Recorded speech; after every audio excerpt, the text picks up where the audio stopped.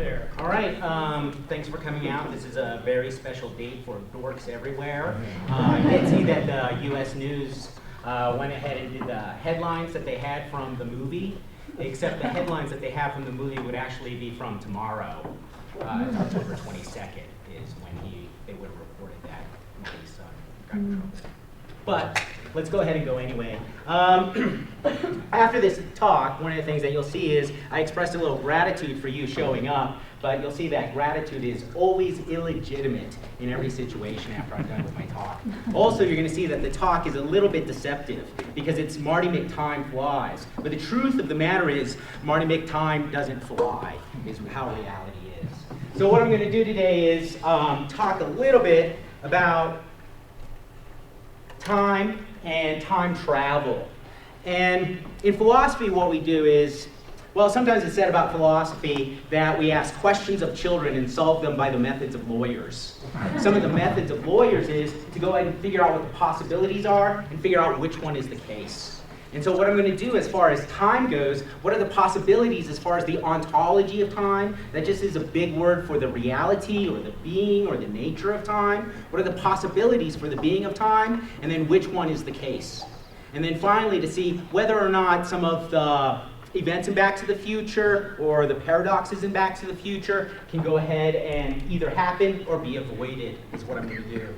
As far as time travel goes, time travel, I'm going to define it as Lewis defines it, which is discrepancy between personal time and external time.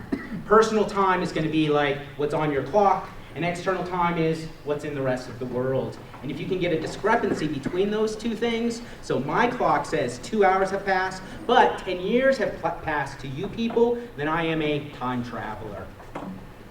So, in this last, what is the ontology of time? That's the nature of the being of time. Some of the things we want to explain are some of the mysteries of time. Some of the things about time is that it has a direction or an arrow, which is that we see things happen in one direction, but we never really see them happen in another direction. So some account has to be given to this in the physical world and also psychologically, because there's psychologically an arrow to time.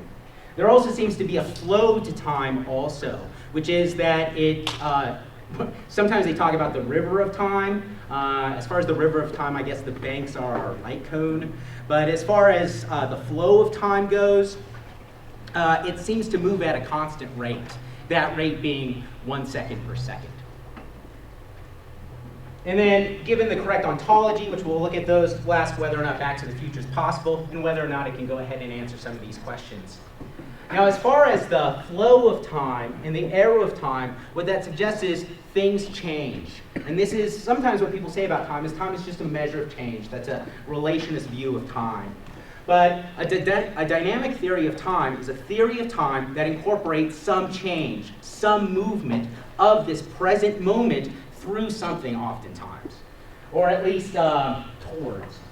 And there's two dynamic theories of time. One is called presentism, and the other one is growing block.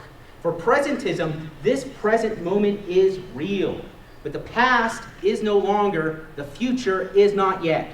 So everything that's happening in this now is wholly all the existence that there is. And that we can say true things about the past if there's evidence for the past in our present. Otherwise, there's no true or false statements you can make about the past because it doesn't exist. So for example, if I had a piece of paper that said, you ate a bagel on October 21st, 2015, that might be evidence about what I did in the past. But at the same time, otherwise I couldn't say anything about the past. So presentism, this present moment exists, and that's all that there is. Growing block, the growing block universe, is that the present moment and all of the past exists. And so in that theory of time, what is happening is the nature of being, how much stuff is in reality, is always increasing, because we're always adding more past to it. So we have a growing block, we have our presentism. And in presentism, there is no future, there is no past, they have no existence whatsoever. There's just this present moment. And that there's no time travel except the basic time travel. And the basic time travel is what we're doing now, 1 second per second. And the reason why there's no time travel if presentism is the case is because of the no destination objection. which is in order for me to be a time traveler, I have to be able to go somewhere. That exists. But the problem is that if there's no past, I cannot go from this moment to 1985. I cannot go from this moment to 1885. Consequently, if presentism is the correct ontology, nature of time, time travel is impossible given the no destination objection. So that's one theory of time, is this presentism. Another theory of time is the growing block. And as I had mentioned, you have this now, and this now is moving along, always adding more reality in the back. And when I talk about more reality, what I'm saying is that those past moments are just as real as this moment, wholly in existence. And so what this means is there isn't a no destination objection for us to go to the past, because it exists as real as this moment exists for us right now. So time travel is possible, but not to the future in the growing block, because the future doesn't exist. You can go to the past. Although also in the growing block there's no guarantee that we're the present. And the reason why there's no guarantee that we're the present is that every past moment, they think that they're in the present too, flowing through time. So we could actually just be in the past, always having this experience that time is moving, but in reality, and I guess it is in the growing block, but always have this experience that time is moving and we're in the present, but it's not real. There really, probably for the growing block universe, there isn't any privilege now, because every past moment has its own privilege now. So if the growing block universe is the case, there is time travel only to the past, because the past has an existence as real as this. And one of the problems with the growing block is there's no guarantee that we're in the present. Now, sometimes it's said that you can't change the past.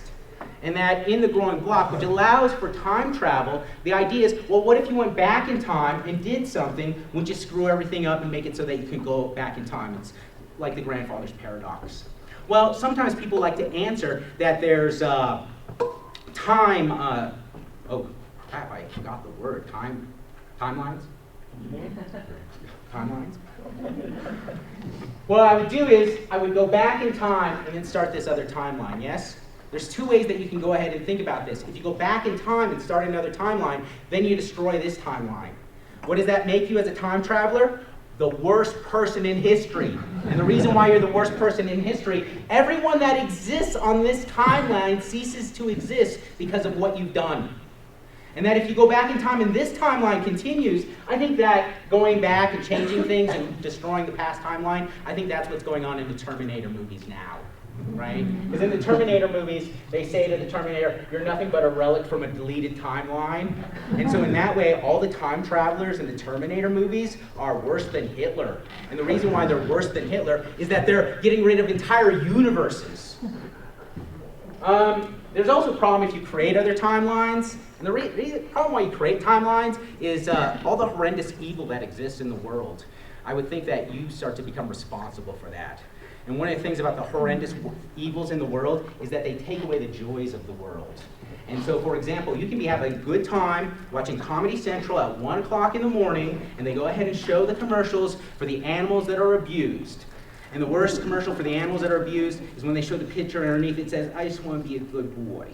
And of course, what does that do? All the fun you were having watching Tosh Period Zero gets taken away. And the reason why it's taken away is because of the harm of the animal.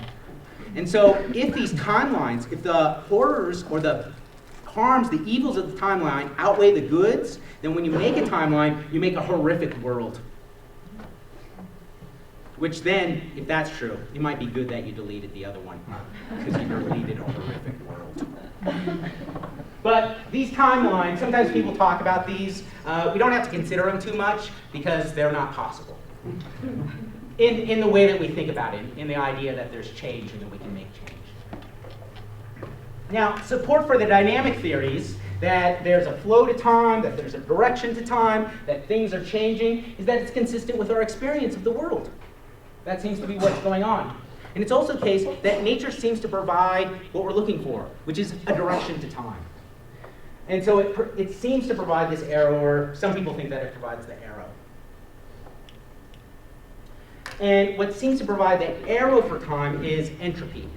Entropy, second law of thermodynamics, and basically that closed systems go towards more disorder over time. Now, it's a statistical law, and the reason why they go to more disorder over time is that there's more ways that things can be in disorder than they can be in order. So it's more likely that they're going to go to disorder. And entropy is statistical, which means things don't have to go to disorder. The system itself just needs to go to disorder. There can be pockets within a system that actually get more complex, and that's fine. It's as long as the system has more entropy in it, more disorder in it. So, for example, an egg is a fairly homogeneous thing. And that when you go ahead and break it, it starts to spread out, diffuse everywhere. And so there's more disorder. You might say, well, why is the egg in such an ordered state if the universe is going to more disorder? Well, the solar system increases in entropy all the time. And the reason why is that our star is incredibly inefficient with its energy. So even if there is a lot order on our planet Earth, it's greatly outweighed by the diffusion of energy that our star is doing because it's so inefficient. So the system itself, the solar system, is creating more entropy over time. And what this does is, some people think, I don't, but some people think that it gives an arrow to time. And the reason why is that entropy is this direction where things are heading towards something which is more disorder over time. So entropy is a statistical law that entropy is going to increase disorder diffusion and provides an arrow for time. And some people like to connect this both to physical and psychological experience of the direction of time. Now, why these dynamic theories, or why change, are not possible? Because there is no change it's going to turn out. And so we're comfortable with these dynamic theories, but they don't work. And here's why. I'm going to give you logical, I'm going to give you physical reasons why they don't work. Logical reasons why they don't work. One, contradictions cannot be true. This is just a simple thing in logic, and the reason why they can't be true is that contradictions are false in every possible world. Let me give you an example. So if I say P and not P, if P is true, what's not P? What's the truth value? False. Yeah, it's the opposite. If this is false, what's the truth value of not P? True. And when I have an and, that means they both have to be true in order for the statement to be true, correct? So if I have true and false, what is this? False. False and true is false. And what follows is, for a contradiction like P and not P, it is false in every world.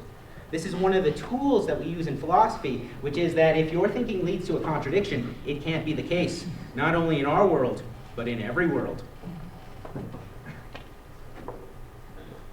Philosophy makes a lot of big claims on this sort of like global cosmic scale all the time. And it's a bunch of people sitting in their desk going, yeah. Look at me, God. Contradictions cannot be true. For dynamic theories, each moment is a contradiction. And the reason why, for dynamic theories, this moment right here, future, present, past, correct? You want to say it was once the future, it's now the present, it's going to be the past. But what we want to say is that these things are actually in contradiction, because if you're the future, you're not the past, correct? So if you're future and past at the same time, you're past and not past. Now I know what you say is, I got a solution to this. It's true that every moment is past, present, and future, but not at the same time. And so if things are not in contradiction at the same time, there's not a contradiction. But in order for you to say an event is not past, present, future at the same time, is for you to go ahead and say that time explains why they're not past, present, and future at the same time. But you forget time and change is what you were trying to explain. So you're using the very idea you're trying to explain to justify yourself. That is called begging the question. And the reason why is that you're giving a circular argument. So I want to go ahead and say, you say this moment was future, is present, will be past. But the answer is no, because then you're involving the notion of change in time to go ahead and explain. And I want to say they're past, present, and future at the same time in your idea, where you can't go ahead and turn to time. And so what follows is they're in contradiction, and your dynamic theories cannot be the case. Also, this is just for the growing block universe, is the case that the past is fixed. You can't change the past. Past is not fixed for the growing block universe, which is that in the growing block universe, the past is changing all the time. And the way that the past is changing all the time is the description I give for the past is going through changes. And the change that is taking place is a moment in the past is getting further from the present. So if I want to describe like your birthday, I would describe it as being further from the present than it was 5 minutes ago. So the past and its descriptions change. Past cannot change, and so the growing block universe, which is a dynamic theory, cannot be the case. These are logical problems to go ahead and say that there isn't any change. Dynamic theories where the present is moving isn't really happening. More arguments against these. I know what you're thinking. I was here for Back to the Future. I'll get to it. Dynamic theories are not the case. Physical. Time dilation is the case. And time dilation is just that we know that there is time travel into the future, which is that my personal time cannot match up with external time. This is being near a real strong gravity well or going really fast. And what happens is that we do have time travel. Now keep in mind that for presentism and for the growing block, what happens is there is no future to go to. There is no future time travel. But there is future time travel. Consequently, dynamic theories are not the case.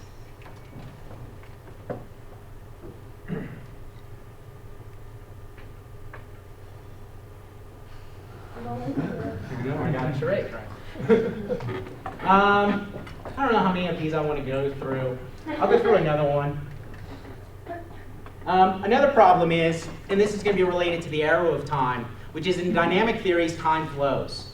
And you ask, well, what is the rate of flow? And what I say about the rate of flow is, it's 1 second per second. It's the same way if you see a river and you ask what the rate of flow is, well, it goes 3 meters per minute, or that's really slow, 3 meters per second, yes? And so what happens is, you have this idea of 3 meters per second. What is the rate of our time? Well, it's 1 second per second, yes? Relative to what? What is this other thing that we are referring to? It certainly cannot be our time, because our time is this time. And we're trying to give how fast our time is going. And so if you say 1 second per second, you're positing some higher time that's outside of our universe to go ahead and measure our time. Does anybody know what the next problem is if I ask about that higher time, what the rate of that time is? I need another higher time. So what happens is, I got enough problem explaining time in our universe, yes? And the thing is to say, what is the rate of time, is to posit some super time. But I ask, what is the rate of that time, and you got to posit a super time. Will this ever end? No. It goes to ad infinitum. It's going to go to absurdity. And what this means is, there cannot be any rate to time. It's not flowing because there cannot be an answer to how fast is it flowing.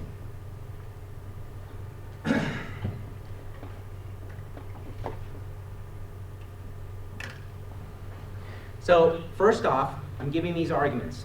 Philosophical, logical arguments that dynamic theories of time lead to contradiction.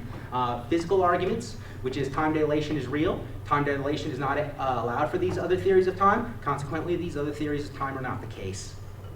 Also, it's going to be the case that entropy doesn't do the work that people think that it does. People think that entropy provides for the arrow of time. But as far as this arrow of time, it's not only a direction, but this arrow of time is also connected to the flow of time.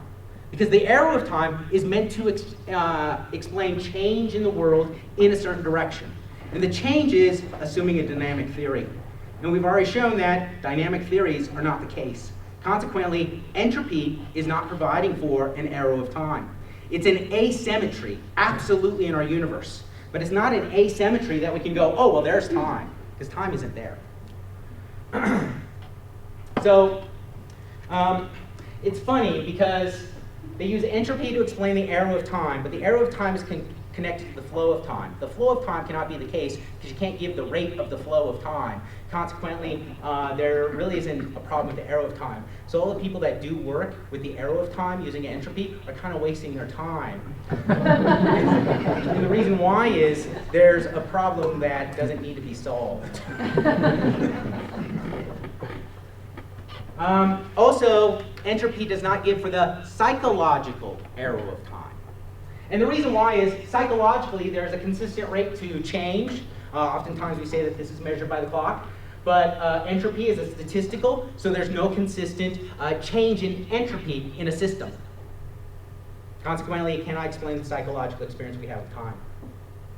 Psychologically, the present separates a fixed past from an open future. That's what we think the present is. There's a fixed past, there's an open future. But the thing is, entropy isn't like that at all. And the reason why is, entropy is like these other physical laws, which is they are asymmetrical, except that it's increasing over time. And the reason why they're asymmetrical is, given enough information now, I can tell you what's going to happen in the next moment, and the moment after that, and into the future. Which is, go ahead and pour the cream into the coffee, and given enough information, Laplace's demon, I can go ahead and tell you how the diffusion will take place. And what this means is, I know the future. And that the future is supposed to be indeterminate. That's what it is for us. Well, in entropy, the future is determinate. Consequently, entropy cannot account for the psychological experience of time. Also, systems that decrease in entropy, remember entropy is statistical, the system increases over time, but there can be pockets that decrease, that go backwards, that get more organized.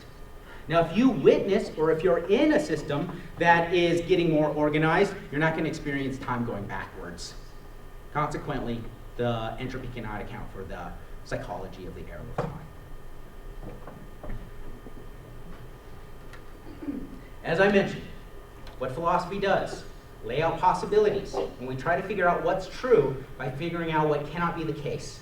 And what cannot be the case are dynamic theories of time, which is changes taking place.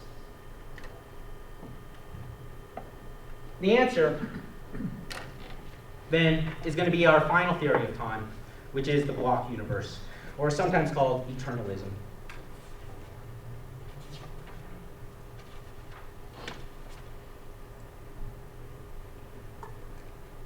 And eternalism is just basically that we have this four-dimensional loaf of space-time.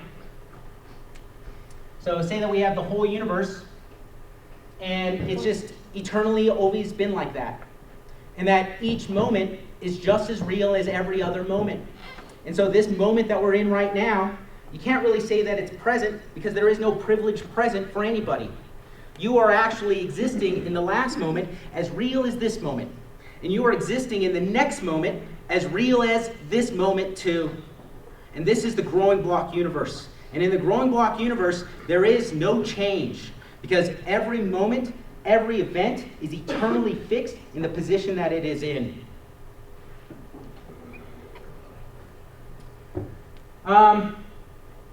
Related to this, there are no causes in the world in the growing block universe. So the scientists like to talk about causes and stuff, but they're mistaken. And the reason why they're mistaken is that we would love, sometimes we say that like A, whoops.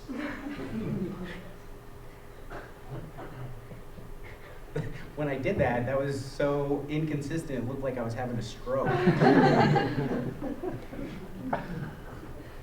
I got it together. I say A causes B if A precedes B, and A is the reason for B, correct? But in the growing block universe, Kevin says no. But in the growing block universe, there is no causal connection that's taking place. What's happening is A is next to B, or A comes before B, and here I probably made it more spatially than temporally in the block universe. But A comes before B, and that just statistically it's before B. But it doesn't cause anything because there isn't anything that's being caused. There isn't any change that's taking place. There isn't any becoming or going away that's in the world. There is just forever these time slices that are in the order that they're in, and each of these time slices, we're under the illusion that there's a flow to time, that there's an arrow to time, but there isn't these things at all. And why aren't there these things at all? Logically, physically, these other theories of time don't work. So one of the outcomes of this eternalism is, one, there's no change. Everything is eternally the way that it is. There certainly aren't any causes that are taking place. And so one of the ways that you can go ahead and look at the block universe is, this is sort of you over a period of time, and that all of these things are equally real. One of the problems then is explain the psychology. Explain how we have a flow of time, how we're experiencing change when there isn't any change taking place whatsoever. One of the ways that I can go ahead, I'm going to see if this works. No. I'm going to rely on authority here. Because one of the ways that you get this is from physics, as far as the block universe goes. We have a quote from Einstein, who's trying to comfort, I believe, the wife of Michel Besso, Einstein's friend and soundboard, and that what Einstein goes ahead and says is, he, Besso, has departed from this strange world a little ahead of me. That signifies nothing. For those of us who believe in physics, the distinction between past, present, and future is only a stubbornly persistent illusion. So it's not real. And of course, relying on authority, Einstein can be wrong, but even when he was wrong, he was still kind of right. So his biggest blunder was trying to argue for a steady state or a static universe that neither expands nor contracts, but is basically the way that it is. And to do that, he had to counteract gravity, so he posited a cosmological constant. Of course, the universe is expanding, expansion is accelerating, and the explanation of it is that there is a repulsive force of gravity like the cosmological constant. It's just stronger than gravity, that's why it's going faster. So, Einstein, reliance on authority, he's on my side. He makes mistakes, but even his mistakes turn out pretty good. So how do I account for the experience of flow, the experience of change, the experience of time, when these things cannot be? There's no way they can be. And the answer is, it's all in your heads. So in Immanuel Kant, what he says is that there are certain ways that we organize our experiences, which is that our knowledge does not conform to objects, but objects conform to our knowledge, which is that it's not that you have an idea of time because you experience flow, or that you experience change, but that you construct your experience temporally, and you construct your experience spatially and causally, and that explains what it is. But is there space out there? Is there time out there? Is there cause out there? Who knows? But there is for you. And of course, what I want to say is, it ain't out there. An example of time, why time isn't something that you experience in the world, but rather something that you bring to experience. This is the reason why time is actually in your head. One, can you imagine this? Things happening and time passing. Yeah, it's what's happening. Can you imagine this? Nothing happening, everything stopping, but time passing. Yeah, it makes sense, because if time stops, you would ask, but how long did it stop, correct?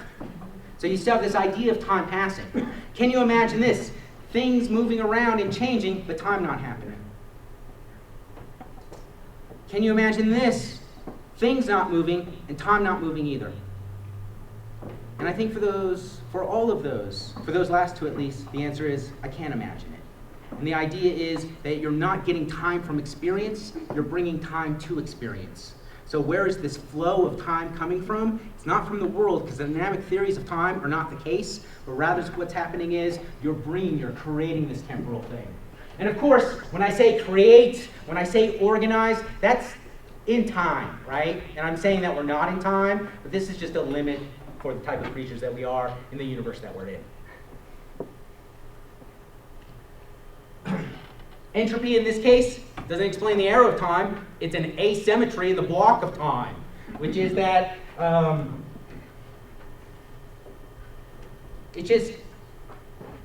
entropy just grows over time, and that's eternally. It's just like this at each stage. Now, in this block universe, time travel is possible. It isn't travel, of course, and it isn't travel because we're never really doing anything. There is no change and there is no movement. Each time slice is eternally ordered and eternally the way that it is, but it does allow some what we consider time travel. And it certainly doesn't have the no destination objection.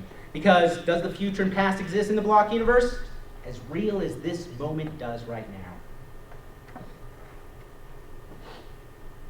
now. Okay, so what is time travel in the block universe? Marty is eternally going to 1955, then to 1985, then to 2015, then to 1955, then to 1885, then again to 1985. And he's eternally making these movements. He's eternally doing these things. And then it's not like there's anything during this where there's one Marty McFly. Marty McFly is basically this smear going through all of space-time, eternally in the same place. So Marty is eternally doing these things. You ask, but how does Marty change the timeline? Because Marty does seem to change the timeline. So for example, his parents, George and Lorraine, recount how they met. Lorraine's dad hit George. And she's like, how did I hit you? How did Dad hit you? And you're like, I don't know. He was peeping Tom, right? And how do we account for that change? Well, there's only one way to account for it, which is that in 1955, something did happen. Marty leaves from 1985, goes to 1955, and then starts another timeline. But the thing is, this timeline where he's involved in 1955 than it was before, is this something new in the universe? No. It has eternally and forever been there. And it doesn't change at all, despite the fact that he thinks that it changes. But again, this thinking that it's changed, this experience of the flow of time, this experience of change, is nothing but in our heads. It's not real. And so that you can allow for different timelines in the block universe, it's just I'm making more universes. And what happens is I got myself a block cosmos then, where I can have all of these different timelines going on, all of these events taking place, which is Back to the Future is more than possible in this world.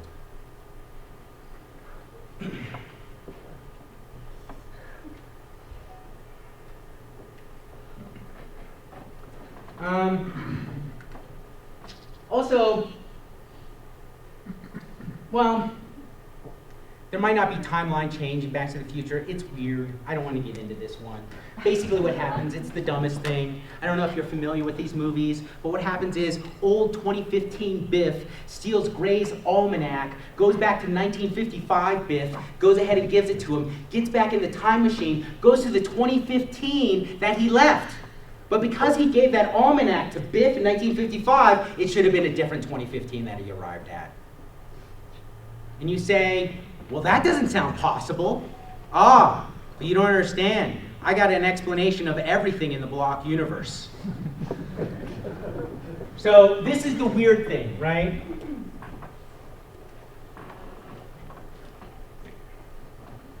Biff goes to 1955 from 2015, screws up this timeline, yes? Because Biff is now going to be a millionaire, but when, so actually there's a new timeline, but when he goes back, which is actually after Biff gets it, which is going to be up here, he goes to this timeline, right?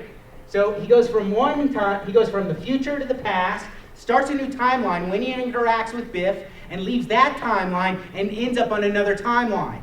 Well, how in the world did you do that? As I said, the block universe got an answer for everything. It just eternally was like that forever. Yeah, it's weird, but it's just always like that. But the universe is weirder than you think. Remember, there's no causes, there's no flow, there's no rule. So I think we can accept this. As far as paradoxes go, the embed didn't really work very well with this.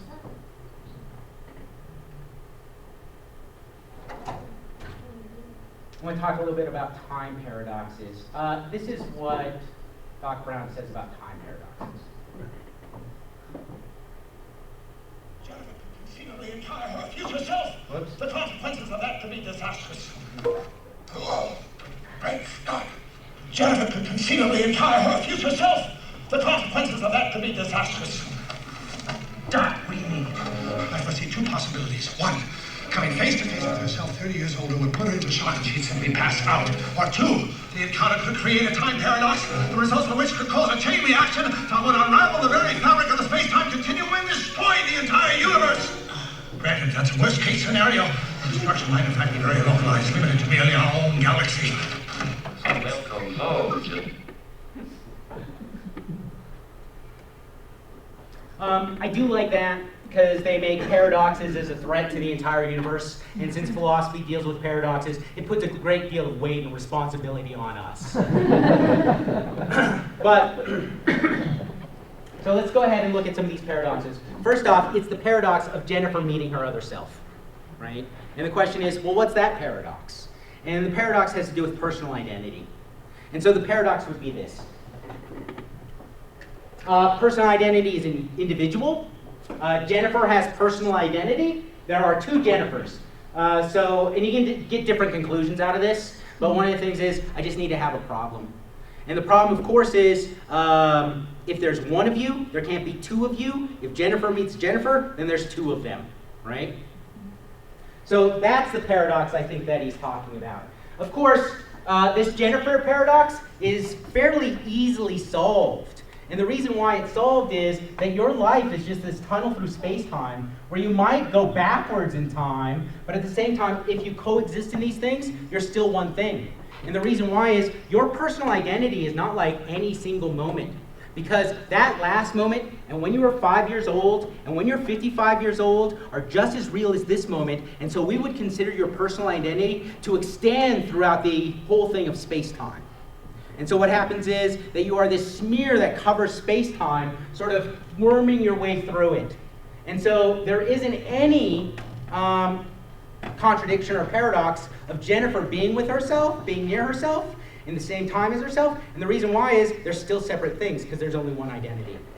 There is the problem that if you're going along through time and you get in a time machine, and then you start down here again, so you go to 1955, this is 1985, the problem is that this discontinuity, especially if your personal identity is your smear, your tunnel through space-time, if there's a discontinuity, then you might not have personal identity anymore. And what this means is, as soon as you get in this time machine and go back in time, you cease to be yourself, and you're starting all over anew. Another problem is the double occupancy of time travel. And I'm not going to get the video for this, but H.G. Wells' Time Machine does this, where you have a time machine that is just sits in one place, it's stationary. And the double occupancy problem is this. If I go ahead and turn my time machine on to go back in time, and my time machine starts to go back in time, what is it going to run into? Itself. It's going to run into itself, and it's going to destroy itself. So yeah, you can make time machines, but as soon as you turn them on, you blow up, because you run into yourself. Back to the Future has a solution to this, the solution being, you got to move, 88 miles per hour. This is a wonderful paradox in time, and it's knowledge ex nihilo, or information ex nihilo. I'll show you how this worked in the movie.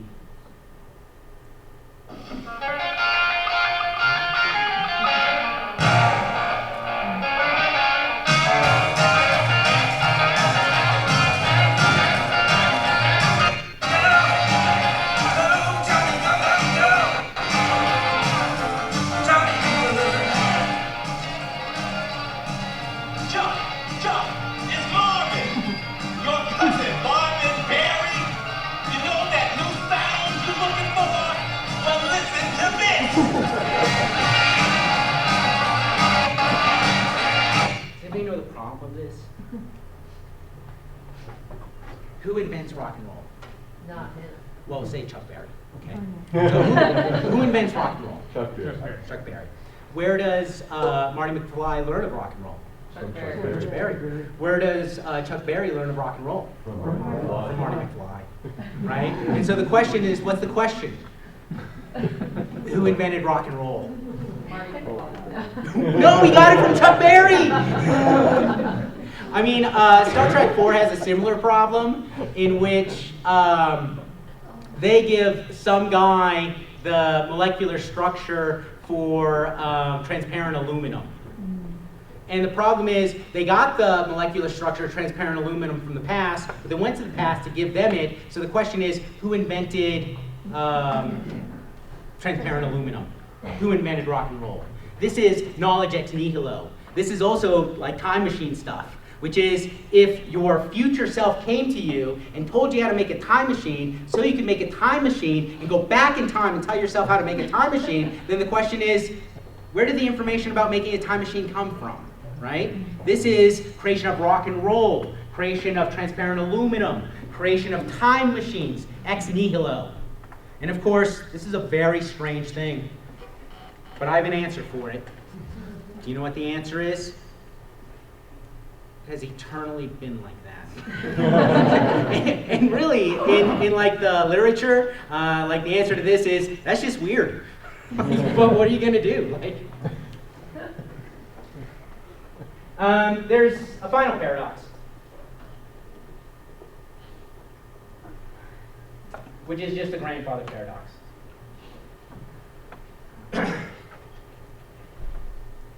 And the grandfather paradox, if you're familiar with it, is that you go back in time, you kill your grandfather, and it makes it so that you can't be born, so you can't go back in time and kill your grandfather.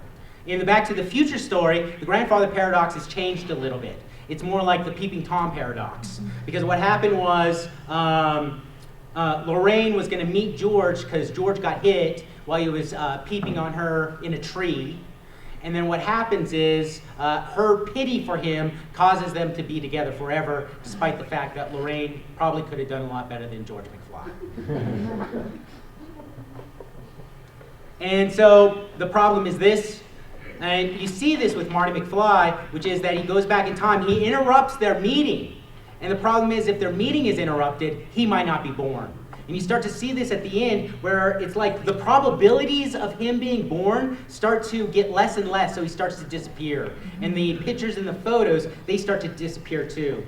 You might want to explain this, that the possibility of her brother coming into existence or the sister coming into existence are much lower, consequently they're starting to disappear in these photographs. Well, there's two ways to look at the grandfather's paradox. Actually, I'm running out of time. The grandfather's paradox would only be a problem if Marty went ahead and stopped them. There's two solutions. One is they're on a different timeline, right? And this timeline is just like the block universe, eternal, unchanging, like everything else. The other solution would be that the grandfather paradox wasn't met, and the reason why is that he did get them back together, so that he did get created. And the thing is, if these paradoxes are real problems, it might be the case that time just allows for them to be resolved if there is time travel. And you would think that they would get resolved, or there wouldn't be anything logically problematic about time travel, because time travel is logically possible in our block universe. And so it would just have to make it so that the grandfather paradox never comes about. So you're either on another timeline, or there's like chronology protection devices, or chronology protection that makes sure that nothing bad ever happens. You try to kill your grandfather, but every time you do it, you're going to slip on a banana peel. The past is just full of banana peels for time travelers trying to screw everything up. So anyway, in conclusion, the world seems dynamic, that there's a flow and rate to time. There isn't. There are logical problems and physical problems. Go ahead and say those theories of time are not correct. What is really going on is that you are in a timeless, changeless, causaless universe that does allow everything in Back to the Future to occur.